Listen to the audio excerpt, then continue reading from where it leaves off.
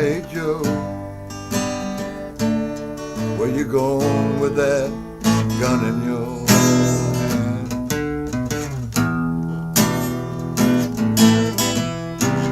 Going out to shoot my old lady. You know I caught her messing around with another man.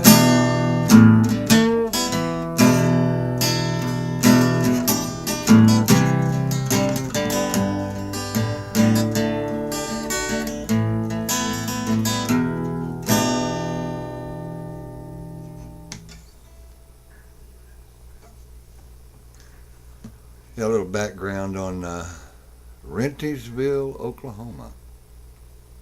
Small town, about 36 miles south of Tulsa, I believe.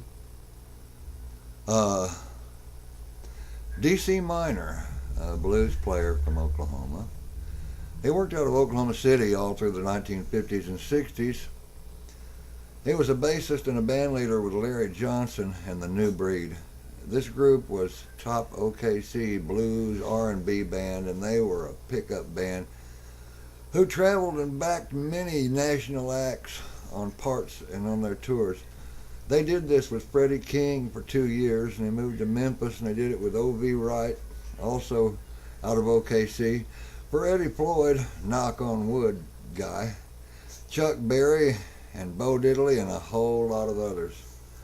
D.C. moved to Wichita, Kansas, in different formations of the group. Denver, and later in Los Angeles. He had a band there with Tony Matthews, someone he grew up with. Tony was from Choctaw, Oklahoma.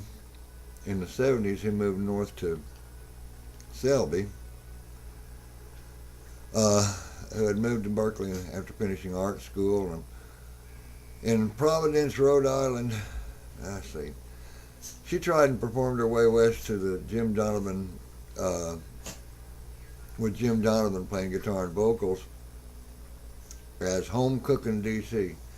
D.C. found himself using the Saturday night spots there, and with encouragement with friends, they formed Blues on the Move in 1976. Okay? 12 years on the road performing, and D.C. and Selby Minor were ready to move back to Oklahoma, D.C.'s birthplace. He was born in Rentiesville, Oklahoma. And they reopened their grandmother's Cozy Corner Down Home Blues Club. That was in 1988.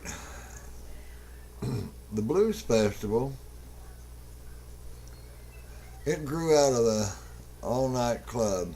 D.C. enlarged the place, and the first festival filled with enlarged club was 2 weeks after it was finished.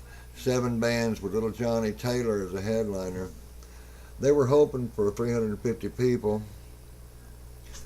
and when 700 came through the door that Sunday afternoon, they figured they were into something real good.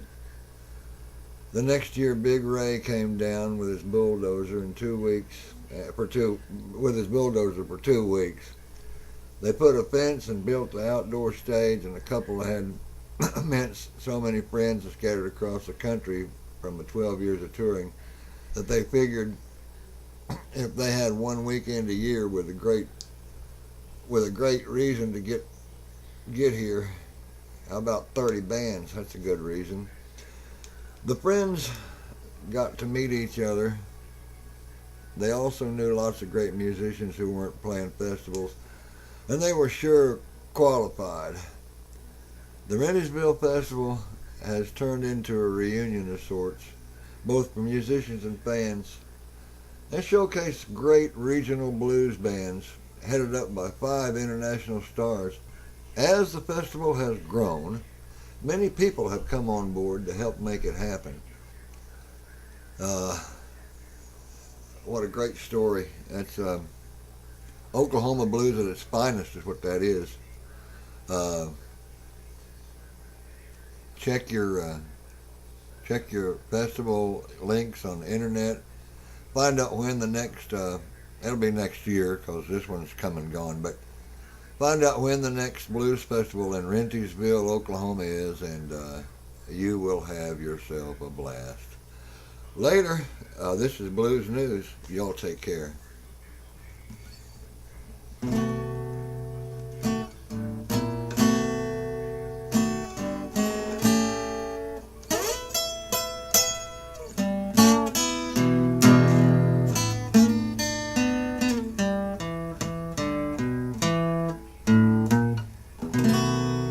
Bye now.